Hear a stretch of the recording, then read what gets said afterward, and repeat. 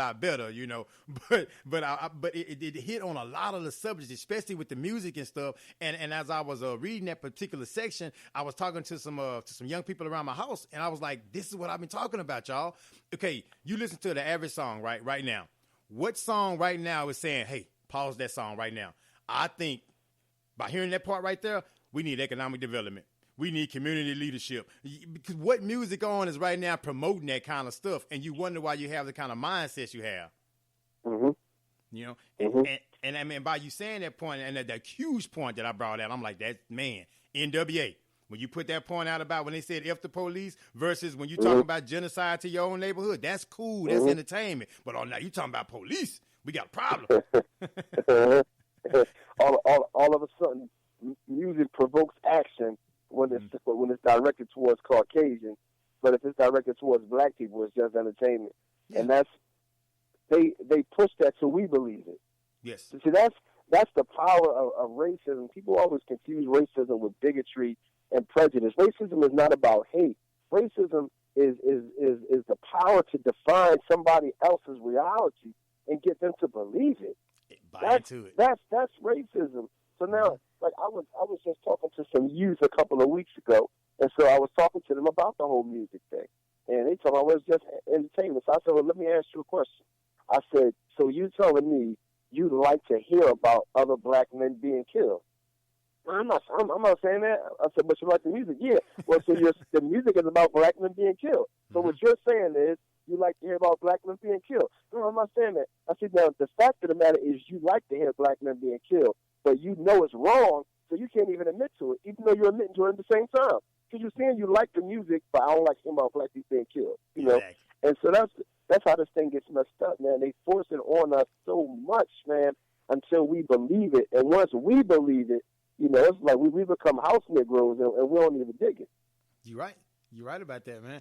But then if you say something negative about the music, then, oh, you just old, or you just old school. Then y'all have songs that they didn't like. What about the gangster rap? Didn't that come out in the 80s and the 90s and all that? So you will always have a rebuttal, because anytime you want to talk to somebody about getting out their box or their comfort level, that's automatically going to be met with resistance. Yeah. But we just got to keep pushing. Yes, sir. My thing, see, I'm so unapologetic about what I stand for, that people don't have no choice but to respect it. Yes, sir. That's just that. And one thing I'm going to make you do, you're going to think. I don't care if you agree or disagree. You're not just going to listen to me and be entertained. You're not just going to read something out right and be entertained. You can disagree with everything I say, but I'm going to make you think. I'm going to make you use your own brain. You're not just going to be following everything that you saw in your whole life. I'm going to make you rethink how you think, whether you agree with me or not, but you're going to be forced to use your brain, and that's what people are afraid of. I don't want nobody to just hang on to my every word. I want to help you to use your brain. So I'm always give a perspective that always has such a twist to it. It's like I never thought about it that way. Yeah. And I don't really agree with it, but I do see what you're saying, and that's the inception right there. I'm putting inside of you to make you challenge everything. The same way you challenge me, you're going to begin to challenge everything that you learn. And that's where consciousness comes from. Exactly, man. That's what the name of the show, Think About a Radio, came from. To not make thinking optional is always mandatory. We have to be thinking, because that brain, that's the tool that everybody uses for manipulation, right? Right now, we got all this racial tension going on, divide and conquer, the oldest trick in the book. And we still fall for it. The same trip. Everybody's picking a side. Everybody is this. Everybody is that. 1 minute, everybody's, I believe the Lord is going to help me. The next minute, Donald Trump going to kill us all. Which I believe.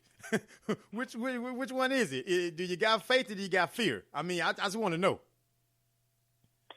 And sadly, but not sadly, I'm going to use it. Fear is the one thing that you can use to get people to move. This is true. So I'm going to use black people's fear to get them to work for their own best self-interest. Because we've been led to work for this altruistic, unified self-interest, while everybody else is focusing on themselves. Yes. So Asians are focused on Asians, the Arabs are focused on Arabs, the Caucasians are focused on Caucasians, but then it comes to us, we got to help everybody. No, we at the bottom of the barrel. Yes. We already helping everybody because all the other races are in our neighborhoods making money off of. Big money too. You go to the hood, Yeah. every spot, every people that own the stores. They don't look like them that own the stores, but everybody that live in the neighborhood is black people supporting the businesses, but they don't own those businesses. And I guarantee that money don't go back into the neighborhood.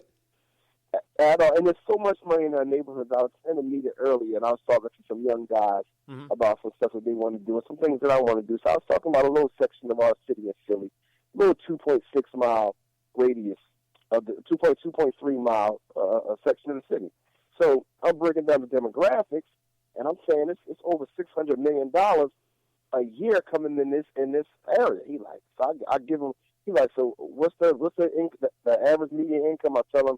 He like, well, how many people in the area? So he trying to do the math in his head. He like, man, it ain't no $600 million. That's only like $50 million. I'm like, I pull a calculator out and do it for him. He's like, oh, do it over again. It's really that much money? Like, he couldn't even fathom $600 million laying around in just a 2.3 square mile radius in the city. Mm-hmm. But everybody else knows that's how much money is in there. And that's why it's a property store in every corner. That's why it's a Chinese store. That's why it's a liquor store. Everything right in there because they know they're going to get the money because that's how much money is in our neighborhood. Exactly. But we don't even think like that enough to just multiply the amount of people in the neighborhood times the average income and see how much money is in our neighborhood. Control that money. Direct that money to black businesses to make sure that money goes back into the neighborhood. But we don't even think like that. And that's where I'm at now, trying to teach people how to build their communities, how to own their own communities, how to control their own communities. And the first thing we got to do is support the black businesses that we have, help people have the mindset to start more businesses, and stop supporting anything that's not helping your community. Stop supporting anything that you can't. What Martin Luther King did years ago, don't shop where you can't work. And that actually came from out of Philly, from Reverend Leon Sullivan, who started the Selective Patronage campaign up here in Philly. Okay.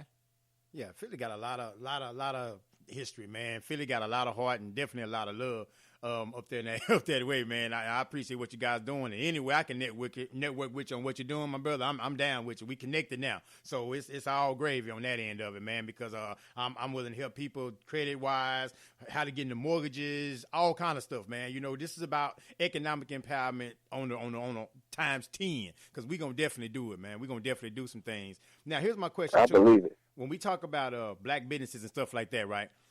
Sometimes if you have a new black business, of course, they may have to charge a little bit more to get that business started because they don't have enough, I guess, customers coming in to give you the discount on inventory. Have you seen in some cases when it comes to black businesses, people will just turn away from that because they charge a little more? Oh, he charged too much for that, without understanding the concept of business?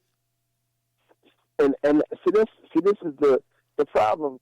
Claude Anderson always talks about if you really want to build black businesses to support or to get support from the black neighborhood, you always got to build community. Yes. And with building community comes education. So the people don't understand why it costs more because most of them aren't business owners. So they have no concept of overhead. They have no concept of what it costs to create the product. All they know is I want to spend as least amount of money as I can. Now, Dr. Boyce Watkins just put out something, the 10 Commandments of Black Consumers or something like that, and one of them was buy black even if it hurts. And that's what he was talking about. Buy black even if it costs you a little bit more. Right. Even if it costs you a little bit more travel time. In Philly, we got some Asian, what are they called? Oh, it's plazas. We got some Asian plazas right near where I live at. When you go in there, you'll see Delaware plates, you'll see Jersey plates. Why? Because they are traveling to go to where their people have businesses at. Mm-hmm. So we got to support black even if it hurts. Even if I got to spend a little bit more, or even if I got to travel a little bit further, we got to be intentional about it. But we have to educate the people. That's the number one thing. We have to educate the people, and then also we have to put the businesses in close proximity, so we don't put too much of a stress on the people. Like I got to go to the west part of the city for my food. And then I got to go to the east part of the city to get my hair cut. And then I got to go to the north part of the city to get my clothes. So we need to centralize a little bit more and have things in a little closer proximity. But we got to teach.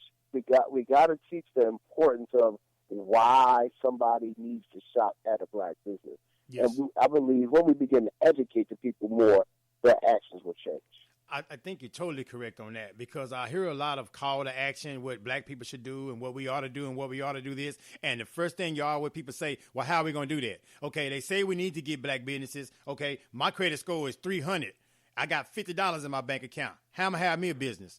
So you have more questions than answers in some cases. But again, I like how you articulate it and break it down. And it's almost, there's a step-by-step plan how to do it. No, we're not going to get out of it overnight, because we didn't get into it overnight. But as their system works against us, we can use that system to work for us as well. Our own system, though.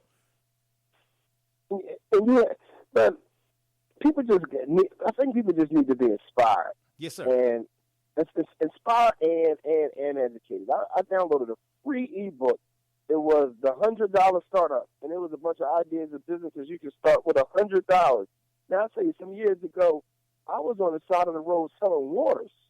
In the summertime, you get hot in Philly. Yeah, you get in where a congested area. You can sell 100 to 200 waters in a day, every day, just like that. And it's only going to cost you $30 to $40 to buy the 100 to 200 waters, and you got a major profit just by selling waters. Supply and demand. That's it. Now, with some folk that laugh at me, you out there selling waters. I'm making more money than you making. Yeah. I don't have no pride when it comes to making this money. I'm paying bills with this money, and I'm only out here 4 or 5 hours that I make. Yes, sir. Yes, sir. And I ain't paying the man no tax. You got to get it. Exactly. Now, man, that tax, let's not talk about those taxes. Boy, that make you feel mad. Who is this brother, and why I owe him all this money every week? Right. But yeah, man. But I mean, that's the key about it, though, man. You think of ways and avenues to get it done, and I think that's why you're successful at what you're doing, and you're going to be even more successful at it because you're not selfish. As I talk about, you're not selfish with the information, and you're willing to grab it. And I think the more and more people that we run into and we see in this world that's not selfish with the information and not worried about this next person getting above them, above that, as you say, there's enough out here for everybody to eat and to get fat full. Mm-hmm. Yeah, and the more each of us had, the more all of us had. And another thing I teach people is, you got to think community first. You got to think making sure everybody in the community has, because when you're focused on helping everybody else, that helps you out.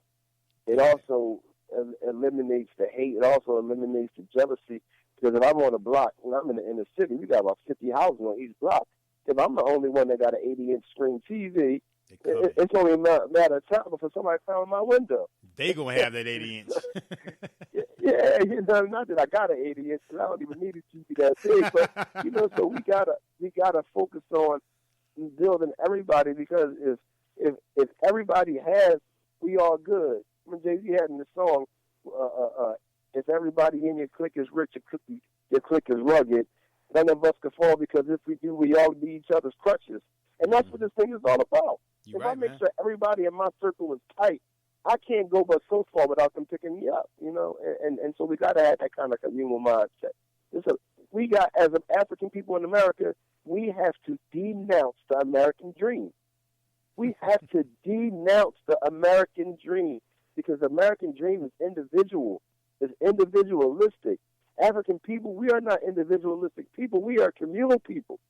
We are tribal people. We come from loving each other. Where we come from, there was no title deeds to no land. It's our land. Yes, you want to build your house, build a house over there. Yep. There was no title deed to the fruit. The fruit is growing. If you want some fruit, go pick some. You eat some. It's ours. It's all of ours. But we get here, it's mine, mine, mine, mine, mine. We got to denounce this whole American Western civilization mindset. I read a quote from Marcus Garvey that says, "The black man isn't careful, he would drink the poisons of Western civilization and die from the effects of it." And that's what we're doing right now. We are dying from the effects of this Western civilization. You're definitely right, man. And with that my mentality, though, everybody mine, have nothing. No ownership. Okay, say right now, the revolution start. We are not dealing with y'all black people no more. We're done. We're going to shut down everything. What do we manufacture? What do we produce? What do we own? Okay, say I got bullets. All right, I got my bullets. I'm stacked up on ammo. When you run out,